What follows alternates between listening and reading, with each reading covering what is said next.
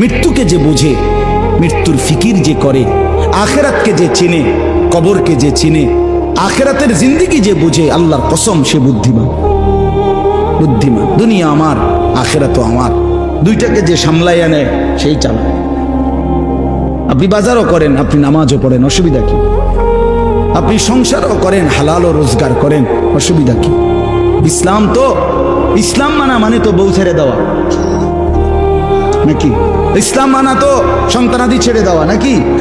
আল্লাহকে মানা মানে তো বাজার ব্যবসা লেনদেন সব বন্ধ করিয়া আফ্রিকার জঙ্গলে গিয়া বসে যাওয়া নাকি? তো কি কোনটা বলতে মানা করছে?